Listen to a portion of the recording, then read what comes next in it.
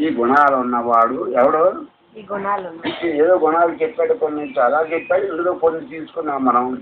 ఈ గుణాలు ఉన్నవాడు మాత్రమే నాకు భక్తుడు. మీరు బొట్లు విధానంగా పెడుతున్నారా, అడ్డంగా పెడుతున్నారా, గుండ్రంగా పెడుతున్నారా అని అక్కర్లేదు. మీ సాంప్రదాయాన్ని బట్టి మీరు బొట్టు పెట్టుకోండి. పట్టు బొట్టు అది ఎవరి సాంప్రదాయాన్ని బట్టి అది చేసుకుంటారు, అది చేసుకోండి. దానికి భక్తికి సంబంధం లేదు, మీ సాంప్రదాయం అది. వైష్ణవులు ఎలా పెడతారు, శైవులు ఎలా పెడతారు. మనం శైవులం కాదు, వైష్ణవులం కాదు, మనం ఎవరో స్మార్తులు. మనం స్మార్తులు అంటే ఏంటంటే మనం శైవులం కాదు, వైష్ణవులం కాదు, మన స్మార్తులు అంటారు. స్మార్తులు అంటే శివుడికి కేశవుడికి మనకు భేదం లేదు. మనకి ఉడికి రెండు భగవంతుడు ఒక్కడే, వాడికి రెండు రూపాలు, వాడికి రెండు ముఖాలు ఉన్నాయి. ఒకటి శివుడి ముఖం, రెండు విష్ణువు ముఖం అనుకుంటాం. కానీ ఇందులో ఒకడు ఎక్కువ, ఒకటి తక్కువ అనుకోవటం. అంటే వాళ్ళిద్దరు వేరే అనుకోవటం లేదు కదా. మనం ఎక్కువ తక్కువ రాదట. అంటే మన అందరం ఎవరు అంటే మనకి శివకేశవ భేదం లేదు, మనకి శివకేశవ భేదం లేదు. కాబట్టి కొంతమంది శివుడిని ఆరాధిస్తారు, విష్ణువు ఆరాధన కలరు. కొంతమంది విష్ణువుని ఆరాధిస్తారు, శివుడు ఆలయానికి వెళ్ళరు. అసలు ఇలా శివుడు ఆలయం కల్పిస్తే మొత్తం పట్ల పెట్టుకెళ్ళిపోతారు. మరి ఇప్పుడు ఏంటంటే కానీ పాలకులు బంగారు వారి వీధి అని ఒకటి ఉంది, చిన్నగోపురం వీధి అంటారు. ఆ వీధిలో అందరూ వైష్ణవుడు, ఆ వీధిలోనే విష్ణువు గుడి కూడా ఉంది. ఈ మధ్యన ఎలా ఉన్నారో నాకు తెలియదు. కానీ మరి శివుడు శివరాత్రికి కార్తీక పౌర్ణమికి అలా ఊరెళ్తాడు, ఊరెళ్తాడు. బొత్తిగా కొంతమంది గుళ్ళోకి రాని అలవాటు ఉంటుంది, కొంతమందికి ఆడికి మనం ఇంటికి వెళ్ళి కనిపించొద్దాం అని పాపం. అది ఊళ్ళో ఎందుకు తిరిగితే కొంతమంది గుళ్ళోకి వెళ్ళరు. అసలు ఆడు గుళ్ళోకి రావటాలుగా ఆడు గుమ్మాలకు మనం వెళ్ళి కనిపించొద్దాం.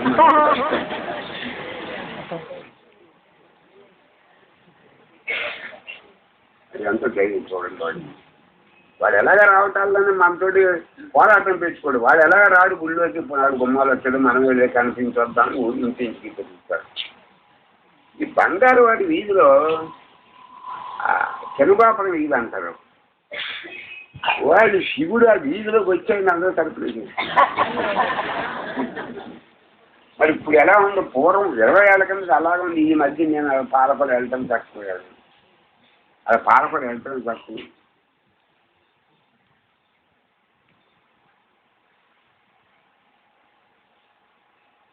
అది గుళ్ళో ఎంటర్ అయ్యాడంట వీధిలో, ఎవడో అందరూ కలిసి.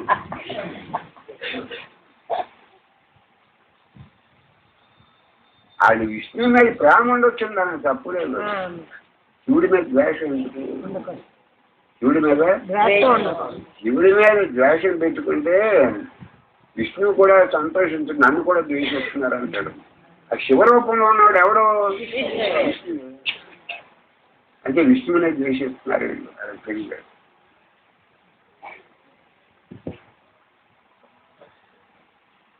అంటే పొరపాటును తలుపులు తీసి ఇంకాటి కనిపించాడు మనం.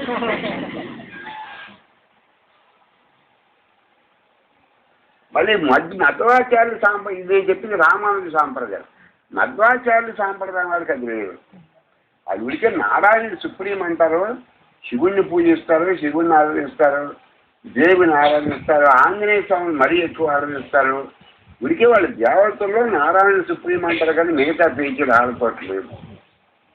ఇది ధర్మస్థల ఇప్పుడు విన్నారు, కర్ణాటకలో ఉంది. కర్ణాటకలో కాదు, కర్ణాటకలో ఉంది. ఏంటది? ధర్మస్థల. బెంగళూరు నుంచి ఒక రాత్రి ప్రయాణం. అది బెంగళూరు నుంచి అయితే 5 గంటలు. ఆ ఊరి పేరు ధర్మస్థల. ఏంటది? అక్కడ దేవుడు అక్కడ దేవుడు ఉన్నాడు, ఆడి పేరు మంజునాథుడు. ఆడి పేరు ఏం పేరు? మంజునాథు, శివుడి పేరు. మన నేను దేవుడు అది ఏడు రామాలయం ఊరి ఇంకోది ఊరికి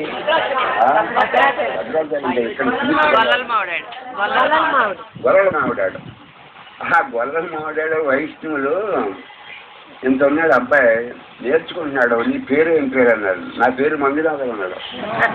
అది వైష్ణవుడు. అది నిలువు బొట్లు పెట్టాడు. రాముడు పూజ చేస్తున్నాడు. ఏం పేరు అబ్బాయి అంటే ఇదేంటి నువ్వు మంజునాథుడి పేరు తెచ్చుకున్నా అంటే ఇది ఎక్కడ వినలేదు నేను మంజునాథ్ అంటే. అది ఇప్పుడు చెప్పాడు. మా అమ్మగారికి చాలా కాలం పిల్లలు లేరండి.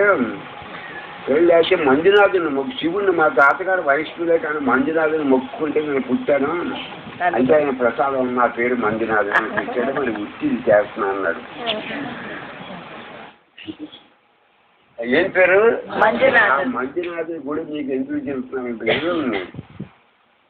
అది కూడా విపరీతంగా ఉంటుంది. జనం గంట సేపు క్యూలో నిలబడాలి. ఎక్కడ మంజునాథుని దగ్గర కూడా.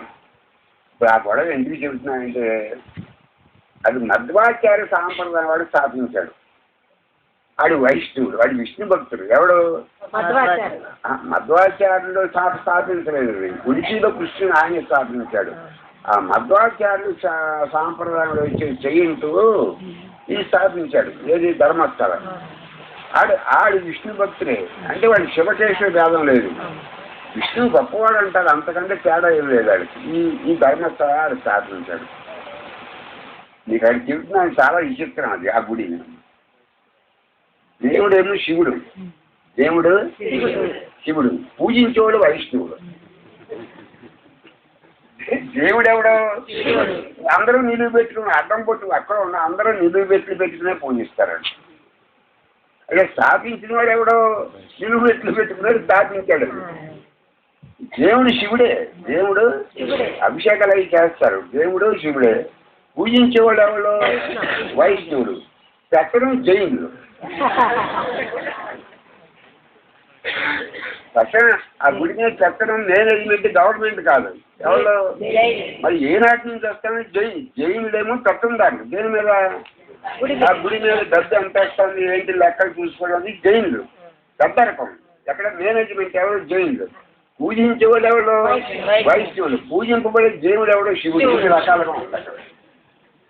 మీరు ఎప్పుడు వెళ్తే చూసాను మంది అక్కడ చూసాను ఎవరిని ప్రాంతానికి వెళ్తే మంజునాథుని చూడండి. కానీ అక్కడ ఆ ఊళ్ళో అబద్ధం పడటానికి అందరికీ భయం వేసిపోతుంది.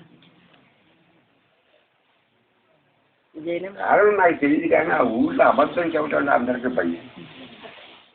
ఆ మంజునాథ్ ఏదో చేస్తారు కదా మనకు తెలియదు.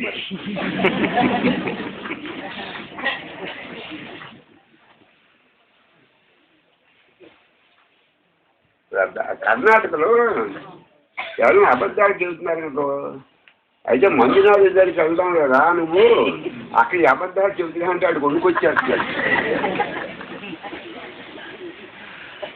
ఆ ఊరి పేరు ధర్మస్థల. ఏంటది ఇందులో చాలా మంది చూసే ఉంటారు. ఆ కర్ణాటక యాత్రలు వెళ్ళే వాళ్ళు చూసే ఉంటారు. మీరు ఎప్పుడు ఆ ప్రాంతానికి వెళ్తే చూడండి. బెంగళూరు నుంచి ఒక రాత్రి ప్రయాణం. ఒక్క రాత్రే. బెంగళూరు నుంచి అయితే 4 గంటలు 5 గంటలు పడుతున్నది.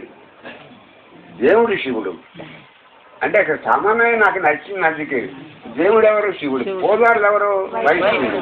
మేనేజ్మెంట్ ఎవరు జైనులు. అసలు శివుడు శైవులకి సంబంధం లేదు వైష్ణవుడికి సంబంధం లేదు.